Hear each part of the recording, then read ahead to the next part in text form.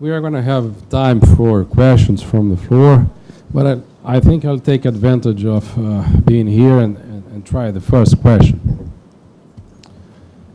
Actually, I was tempted to make a first question about trying to think how applying the majority rule would be in Brazil.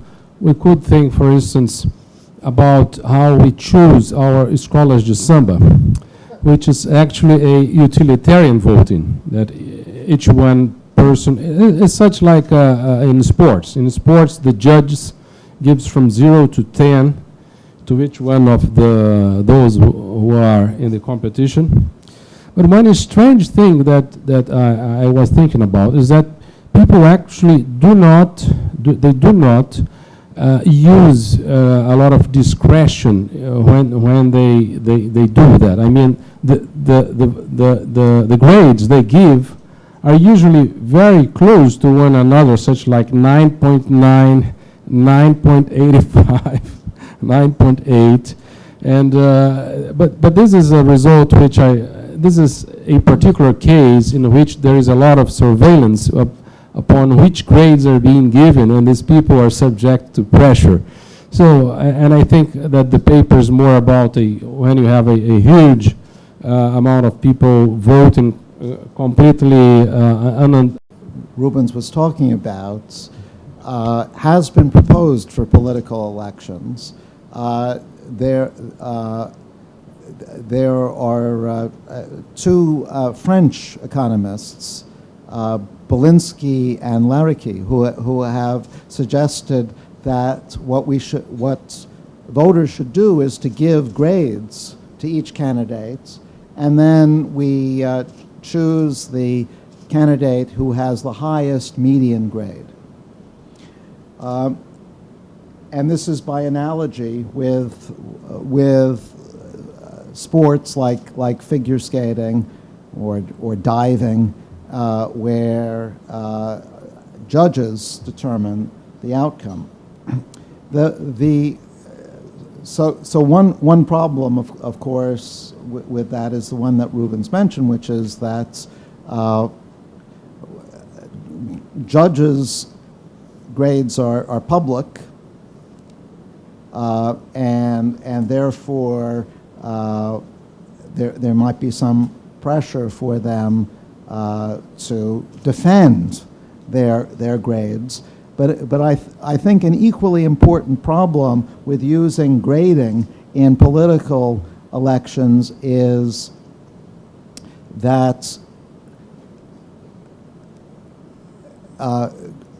there's no objective criterion by which we can assign these grades.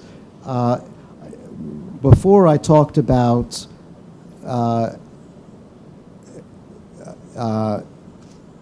the problem of manipulability. Manipulability is a major objection to grading schemes, because you will tend to over-evaluate the candidates you like and under-evaluate the candidates you don't like. But even beyond that, it's not even clear in a political context whether a candidate deserves a grade of 8 or 7. In sports, there are well-defined criteria that an athlete has to fulfill. In skating, if you do a turn, there are certain technical requirements you have to fulfill, and an expert judge can tell to what extent you fulfilled those technical requirements.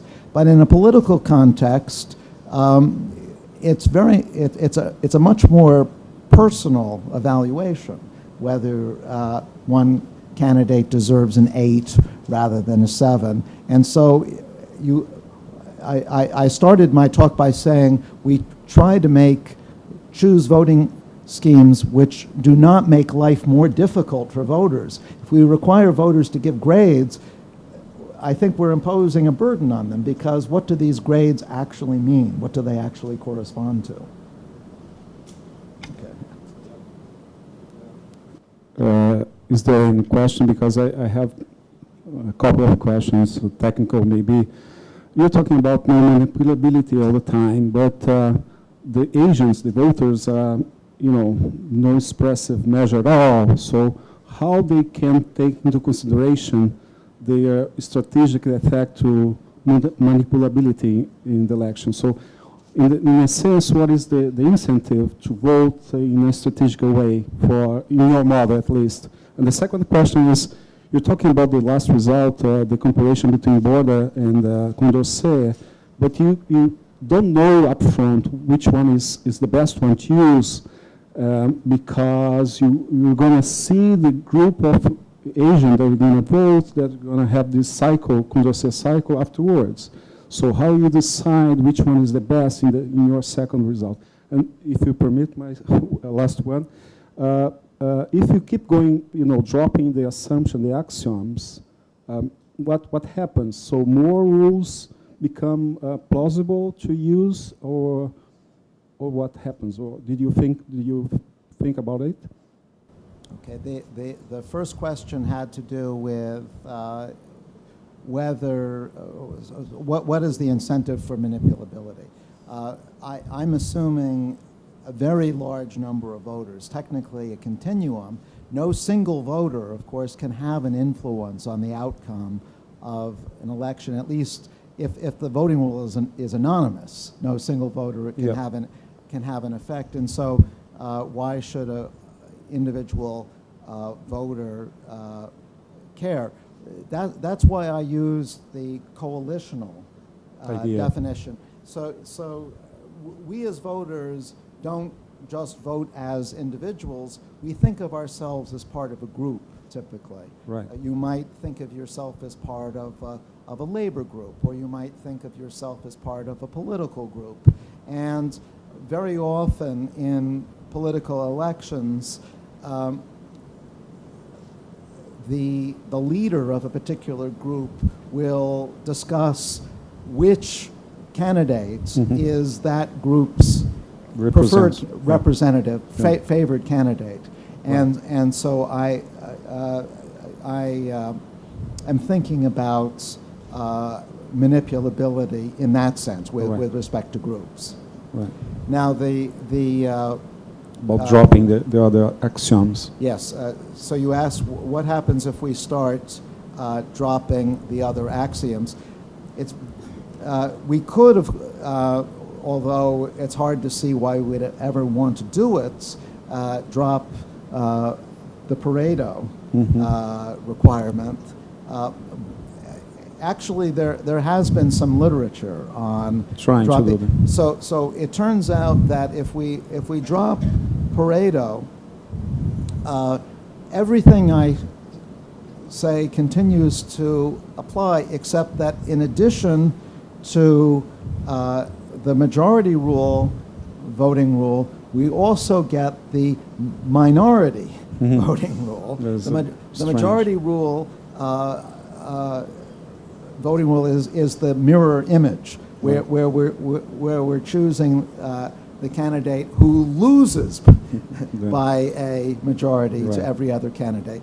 Now, in practice, we would never want to do that. Right. So, but nevertheless, it's interesting to see what happens when we drop Pareto. If we drop anonymity, then it turns out we get various weighted majorities. So instead of ranking all, instead of putting equal weight on each voter, we will put different weights on different voters. And so instead of straight majority rule, we will get weighted majority rule, where the weighting rule is free. If we drop the neutrality condition, the idea that all candidates should be treated equally, we get what is called unanimity rule. Unanimity rule, but with an order of precedence. So let's say that let's say that there are 3 candidates, A, B, and C. Unanimity rule with precedence A, B, C means that we choose candidate A. A is the winner unless a majority of people prefer either B or C to A. And if a majority prefer, if B is unanimously preferred to A, we choose B unless C is unanimously preferred to B. Right. So that's highly non-neutral. We're treating the alternatives, the candidates, in a very asymmetric way.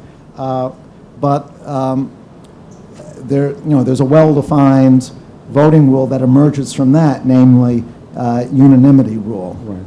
And the third one is about the comparison between Borda and Condorcet rules. In your last result, how you choose up front which one? So as I said, Condorcet will work well for some domains.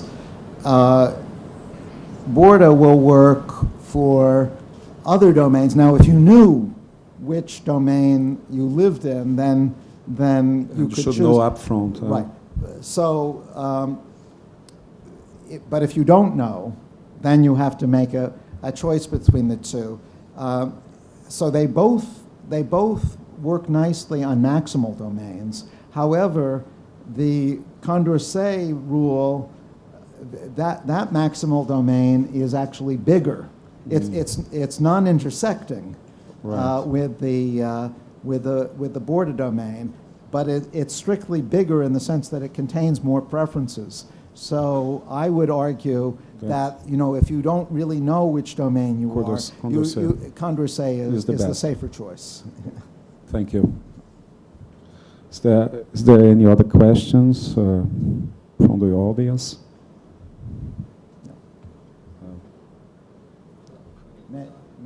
Is there a microphone? There's a microphone. Can I try just to be loud enough? Well, It is being recorded. Yeah, also we want to make sure that the people in the back hear you, even if we can hear you.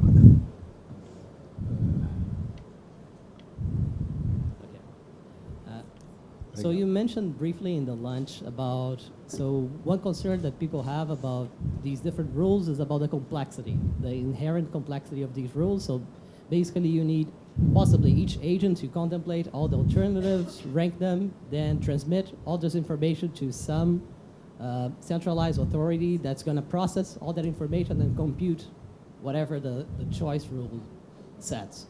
And I was wondering, so my question is about a bit about how much have you thought, or how close could we get to implementing these choice rules using less information? And I kind of reminded myself of something you see on the web, in which is sometimes there are these websites in which they want to rank videos, and they have sort of a very long list of potentially funny videos, and it would be very costly for each voter to contemplate all the lists and to vote each one of these, submit a whole ranking. And what they do is basically have random pairwise comparisons in which a video is going to pop on the left-hand side, another one on the right-hand side, and people are just going to choose between those two, and then once they're tired, they just move out, and they sort of compute whatever. They have an algorithm for ranking these videos with that information. So how much could a system like this actually make it more practical to implement something like the Condorcet rule? Well, you're absolutely right that if there are a lot of candidates, then first you might be imposing a great burden on voters if you insist that they rank all of them. If in Brazilian elections, there can easily be 9 or 10 candidates, and same is true in American elections. It would be unreasonable to force voters to rank all those candidates. So in practice, what you will want to do is to give voters the choice of how many candidates they want to rank. If there are 9 candidates, but a voter only cares about 3 of them, only has strong views about 3, the voter can rank those 3, and then in effect, the remaining 6 candidates are ranked as equal at the bottom. And all of the results that I talked about for full rankings continue to hold when voters are submitting partial rankings. Some voters might want to vote the old-fashioned way and just mention one candidate and not say anything about the others. But again, if you impose that on voters, you would be unfairly restricting their choice, because I might like candidate A the best, but if you don't allow me to rank candidates B and C, I might be afraid to vote for candidate A because A might not have very much chance of winning. I would want to have the opportunity to express my preference between B and C, who do have a chance of winning. So my view is allow voters to to rank as many or as few candidates as they choose. Leave the decision up to the individual voter. Yes. So you're very concerned about like manipulation in elections. There's one type of manipulation that it's kind of useful sometimes, is when you put all your bullets to avoid a policy. So like, let's say a society that is very divided, and there's one candidate that just have policies against some minority, and the minority is just willing to, if they could veto this candidate, they would do that. This sort of appears in many cases when you go out for dinner or someone has strong restrictions about the type of restaurant and things like that. Is there a literature on this type of studying this type of problem? There is. It's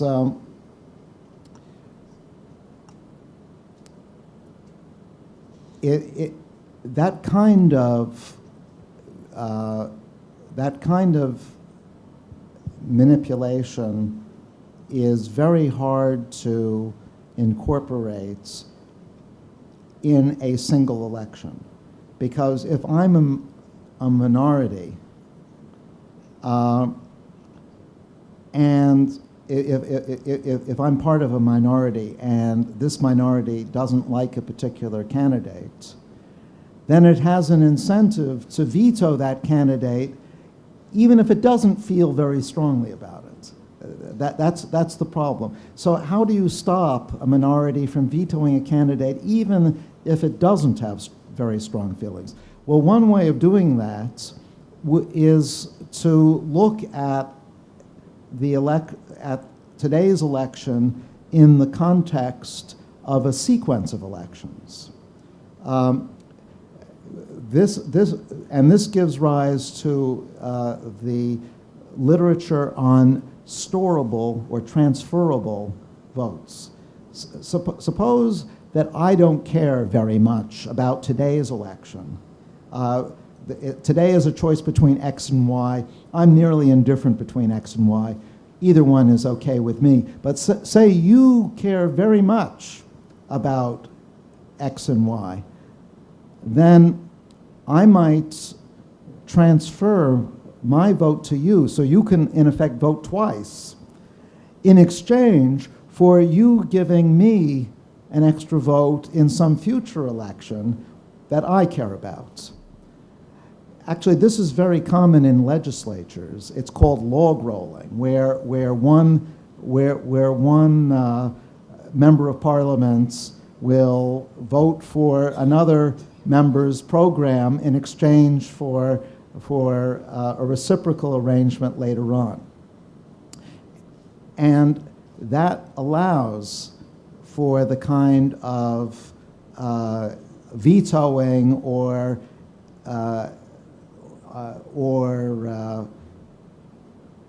it allows you to capture intensity of preference, which is something that you cannot do in a one-shot election.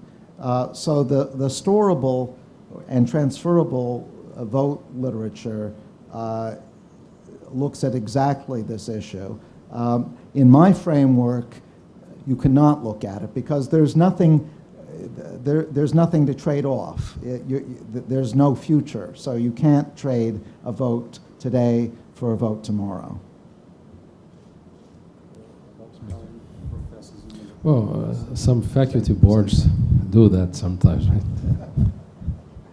I have a question which is a bit out of the box, which is the following.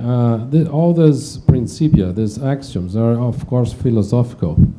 You do not have any type of scientific foreseeability and will never have. So we may question each one of them. I suppose you had John Rawls to say you something about neutrality of voters. He would never agree. He would say that those which would happen to be the less favorite in a society should have a higher degree of decision because they would be, I don't know how he would justify that, but he would not agree with that. So suppose that we invert the problem, and there is somebody who says, well, okay, you don't like people to coalesce, you don't like coalitions, you don't like manipulability. So that what you're saying actually is that you believe that atomistic decisions taken by independent individuals will certainly lead to a good result.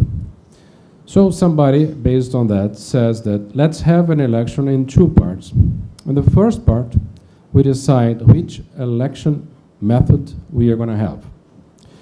And the second part, we are going to decide about the election. Of course, you're going to ask me, okay, but then you're going to have to say which method you're going to use to decide which method of election to decide about. And say, let's say we use plurality, which is a very simple one. And since we will not know necessarily which candidates will be in the second part, because you can make a referendum today about a voting reform like Ireland has done, and you still don't know the candidates, right? So there's no possibility of strategic voting, and you give the people the right, since you believe in their decisions, to decide about the voting method, first with plurality, and then they decide what they want for the second part. And the question is, if somebody is very insistent with that, somebody does not like this set of axioms, could we try to, how to envisage a certain set of axioms which should somehow provide support to this idea? What do you think? Come up with some set of axioms that would lead to giving the people the choice to choose, the possibility of choosing the method before voting would be a good idea.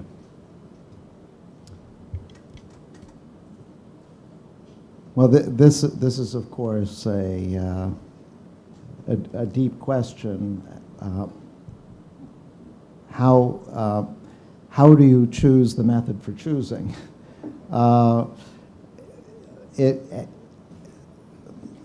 It actually gets back to the question of constitutional design.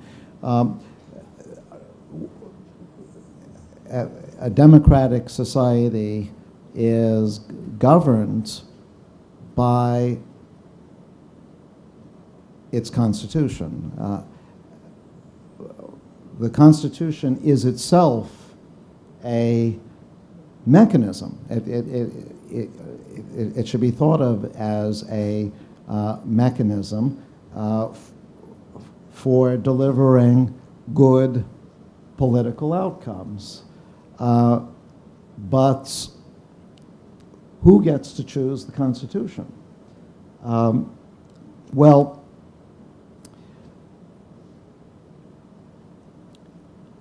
the hope is,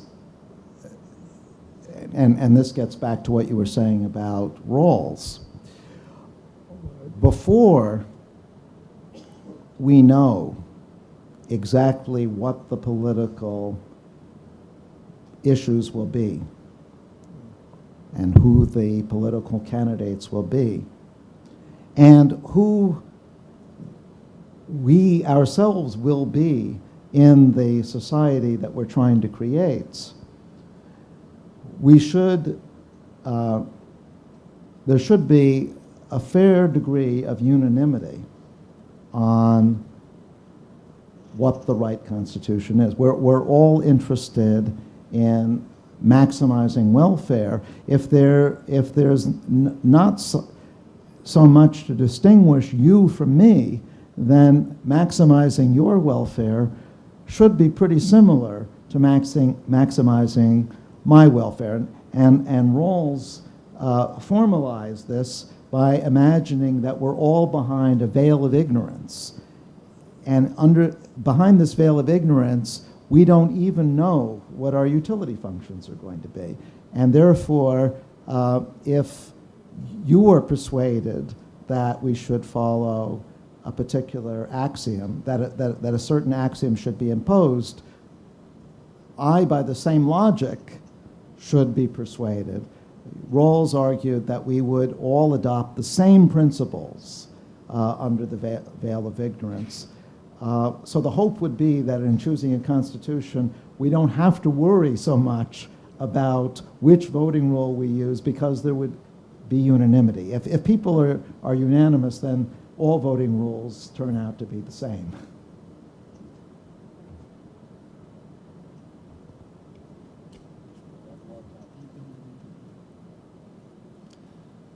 Hello. So my question is about the president election in 2000 in the U.S. And I'd like to know if you believe that any irregularity as the Palm Beach ballot had a strong influence in the final election results.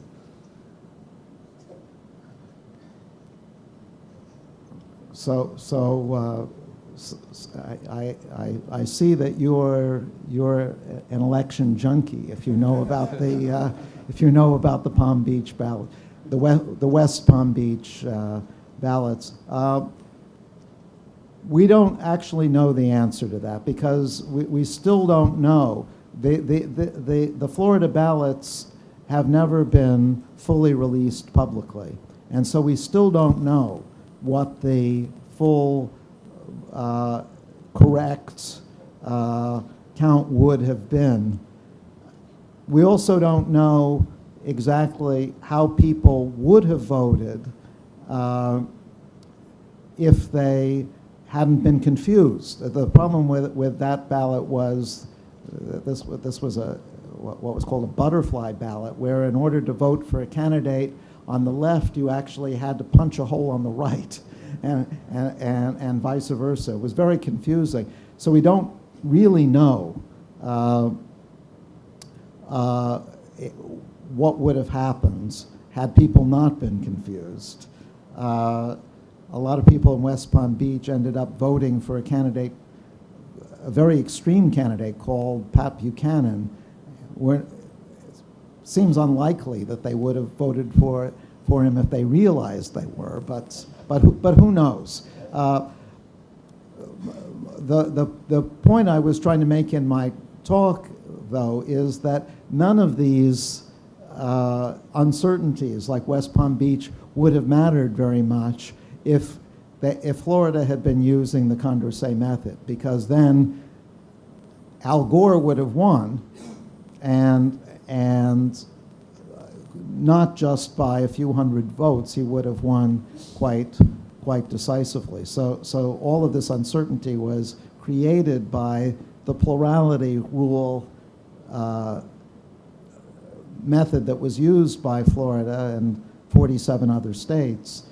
It's that I think deserves to be changed more than the butterfly ballot. I think probably one of the reasons why people are not so much fond of majority rule is that they are afraid that the voters somehow do not trust the results the computer would, because it's not a simple counting process, right? Well, it's true that for majority rule to be technologically feasible, computers are essential. We cannot count the votes for millions and millions of people by hand. But it should be remembered that there are many other aspects of life where we rely on computers in even more important ways than in elections. Our banks, for example, keep track of our accounts by computer. The planes that we fly in are, so we're putting our life in computers' hands when we fly in a plane. Those computers have technology which is secure enough so that we can rely on this technology. There is no technological reason why the same can't be true for the computers used in elections. And it's really just a matter of political will, which is preventing us from using the same safe technology in the political realm. What I'm saying is that the people could think that the computers had not been properly programmed because it's a competition against different parties. Well, just as we can supervise the outcome of political elections, and we do that all the time, observers will go into a country to make sure that votes are counted fairly. We can supervise the programming of computers. There's no reason why that cannot be done. Yeah, get the raw data and redo it as many times as you want. Carlos, Professor Carlos Zeller, EPGE. It's important that everybody identifies him or herself because we are recording. It's just a quick question. So one advantage of plurality rules is that you always get a winner, right? How concerned should we be with the few cases where we have no Condorcet winner? I mean, the consequences for a country that you have an election and no one wins. How? Well, that's why there has to be a tie-breaking rule, and I suggested in my talk that one way of breaking the tie is to use Borda, and there actually are very good theoretical reasons for using Borda to break ties. But as to the probability of having to invoke the tie-breaking rule, if there are only three major candidates, that is, three candidates who are attracting an appreciable amount of the votes, then even if we draw preferences at random, of course, in reality, preferences are not random, but even if they were random, the probability of having the Condorcet cycle, the problem with majority rule that I was talking about, is very low. It's less than 8%. So 92% of the cases we will not have a tie, and that's with random preferences. Mm-hmm. Hello, Professor Maskin. Could you please say your name and where you're from? João, Thank you. considering the primaries between the parties in the United States, should America adopt the majority rule? Would it be better to abandon the primaries simply for the right of a Republican vote to consider a Democrat candidate better than another, or should the primaries be maintained considering that would be less candidates, therefore easier to rank them? Well, the main reason for having primaries is so that a political party only has a single candidate in the general election. And the reason why a political party wants to limit the choice to a single candidate is because in the United States, plurality rule is the method that's used in general elections. And if a party had more than one candidate, it would be in danger of having its candidates split the vote. You may know that in the 2008 presidential election, there were two major Democratic candidates in the primary. There was Barack Obama, who went on to become president, and there was Hillary Clinton, who may become president after the next election. And they were both almost equally popular. In the end, Obama won slightly more primaries than Clinton, but it was only a narrow margin. Now you might say, well, why didn't the Democrats send both of them into the general election? And the answer is, if they had both been running against John McCain, who was the Republican candidate, they would have canceled each other out. Some people would have voted for Obama, some people would have voted for Clinton, and neither of them would have had as many votes as McCain. So the major reason for having primaries is that it avoids vote splitting, but vote splitting is a serious problem only because we use plurality rule in the US. And if we went over to majority rule, then you could have both Clinton and Obama running for the Democrats, and a Democratic voter could put both of them over McCain, and a Republican voter could put McCain over both Obama and Clinton, and the vote splitting issue wouldn't even arise. So if we're able to persuade states to go over to true majority rule, I would also argue that they should abandon the primary system. It will no longer be needed.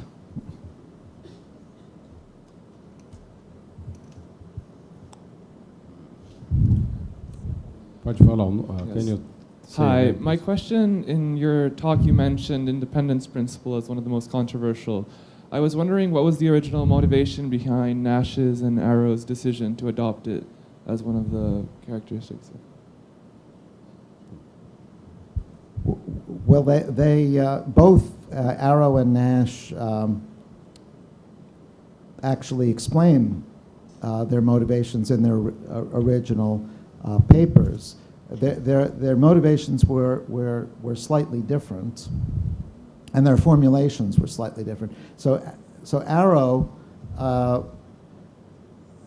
was interested in voting, and his argument was that if we're choosing between two candidates, X and Y,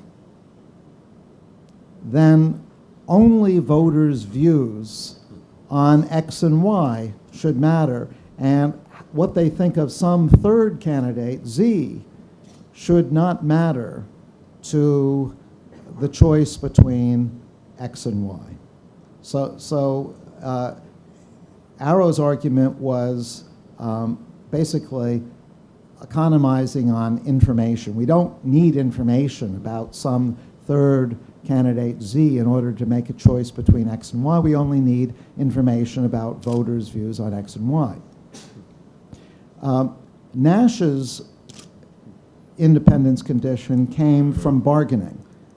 So his axiom appears in his famous bargaining solution paper, and there he imagines two bargainers who had a set of possible alternatives they could choose. And he said that one way that they might bargain is first to eliminate some alternatives that they both agreed were irrelevant, that neither of them liked, and that they should, and that they could then look at the simpler problem of bargaining on the remaining sets. However, if by eliminating some irrelevant alternatives, they changed the way that the bargainers looked at the remaining sets, then the bargainers might not want to eliminate those alternatives. That is, if I think that I'm going to get outcome X, but by eliminating some other alternatives now, Y becomes more likely, I might resist eliminating those other alternatives. So Nash argued for independence as a way of facilitating the simplification of bargaining problems.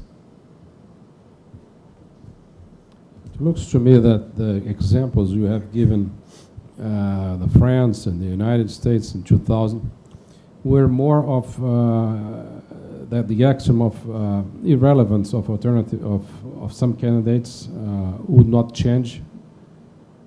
I mean, if I withdraw some of the candidates, it would not change the result. I think this is the example that we have have seen, and not the one about non-manipulability. Because, for instance, in France, what people would do in order to try to manipulate was going to vote, instead of Le Pen, choosing Jospin, but he won.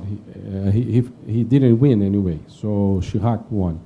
In the United States, in 2000, people would not vote. People who wanted to vote for Nader gave up and tried to vote for Gore in order to stop Bush from winning. And it wasn't enough as well, because Bush ended up winning. If you take the United States, 1992, I think, that people voted, people want to go for Perot, gave up to vote for Bush, the elder, against Clinton. It stopped Clinton from winning, but that wasn't enough. I mean, this attempt to manipulate did not succeed in any one of these three attempts.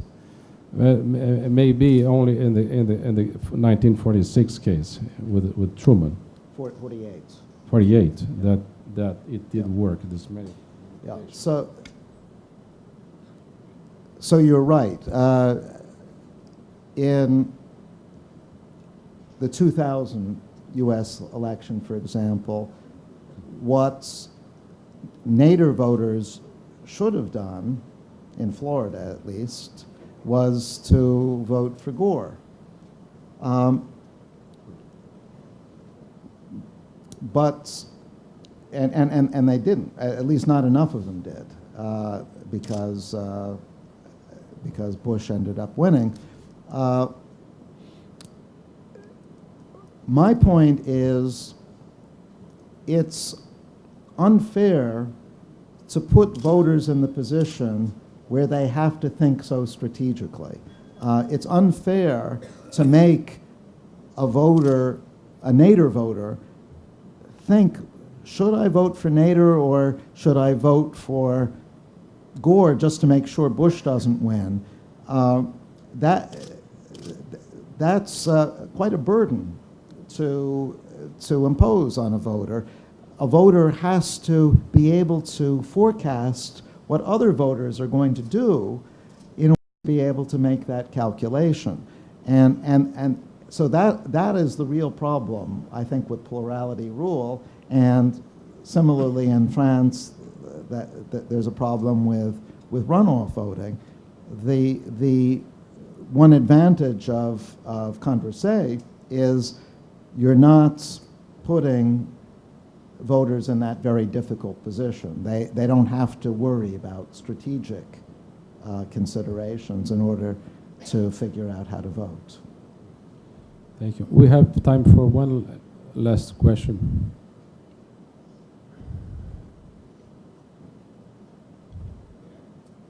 Professor Clóvis de Faro.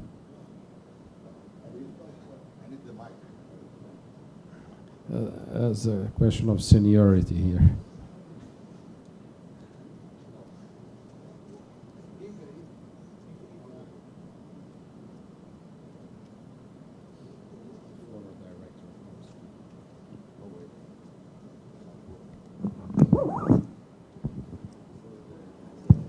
Okay, it's okay now? Okay.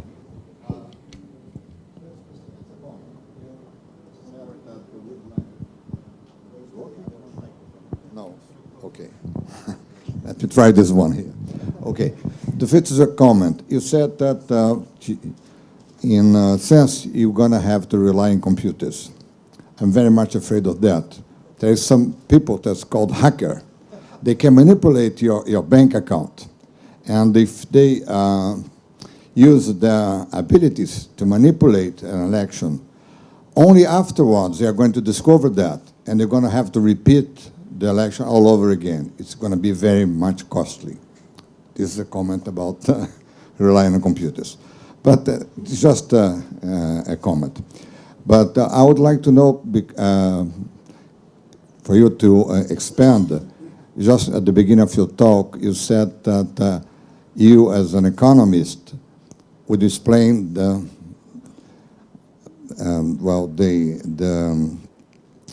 way why you, as an economist, is working on that, and you expand further on the reasons of the relationship between your job and the economics. If I can first respond to your comment, so it is true that hacking is an issue when it comes to computers. Nevertheless, we have turned over large parts of our daily lives to computers, and society, despite occasional hacking episodes, has done pretty well. In fact, in many countries, at least most large countries, we have already turned over political counting to computers. Not entirely. In the United States,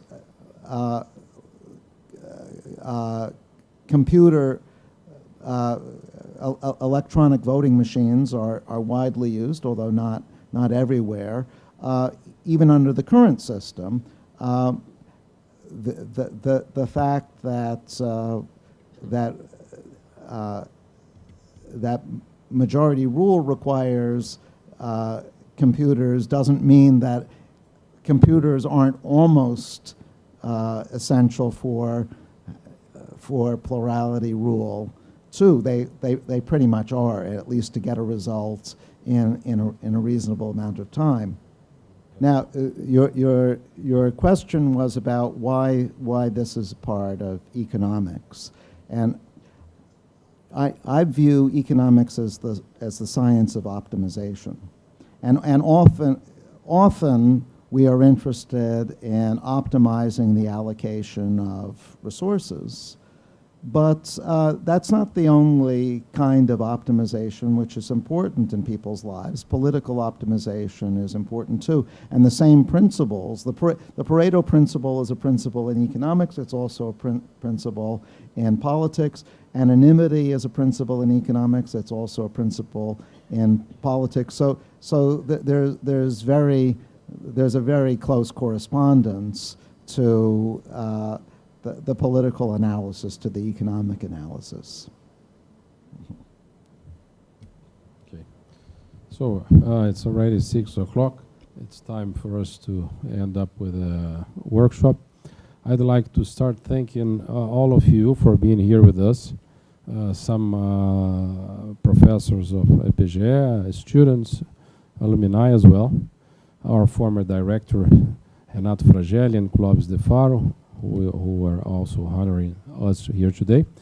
And of course, I'd like once more to say to Eric how much we really appreciate having him here with us and sharing different aspects of his trajectory, because last time was about globalization and income inequality, and today about voting system. I think you also mentioned something about mechanism design when you have been here last time. Or maybe this is going to be your next conference when we have to come up with some system for people to negotiate about climate change or something like that. So thank you once more, Eric, and I would say to you all that you already know. Of course, we are going to go to the elections soon, but the same system is going to be kept. But anyway, we have been exercising the idea of voting, which is going to enhance and it's going to make easier for all of us to think about our next representatives. Thank you very much, Eric.